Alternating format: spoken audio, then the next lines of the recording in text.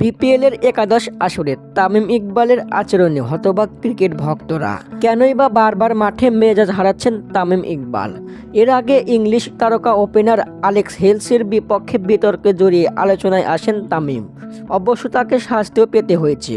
গতকাল চট্টগ্রাম পর্বের প্রথম ম্যাচে ঢাকার বিপক্ষে ঘটে অপ্রত্যাশিত ঘটনা।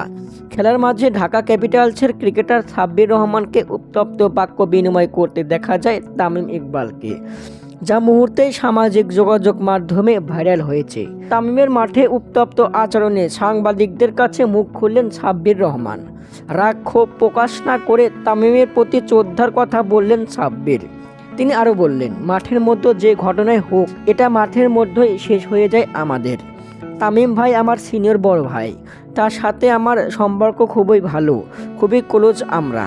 আশা করছি আমাদের সম্পর্কটা চিরস্থায়ী থাকবে। দর্শক, মাঠে সাব্বিরকে উত্তপ্ত আচরণের ঘটনাটি ঘটে নবম ওভারের 4 রঙ্গর করা ওভারের দ্বিতীয় বলে। তামিম বলে উঠলেন, বেশি লাগতে যেও না সাব্বির, বেশি লাগতে যেও না। ঘটনায় সাব্বিরকেও উত্তেজিত হয়ে তামিমের দিকে এগিয়ে আসতে দেখা যায়। মাঠের আম্পায়ার তাদের দুজনকে শান্ত করে আবার খেলা চালিয়ে যান। দর্শক, তামিমের মাঠে বারবার মেজাজ হারানোর কারণ কি? কমেন্ট বক্সে জানিয়ে দিন। ধন্যবাদ।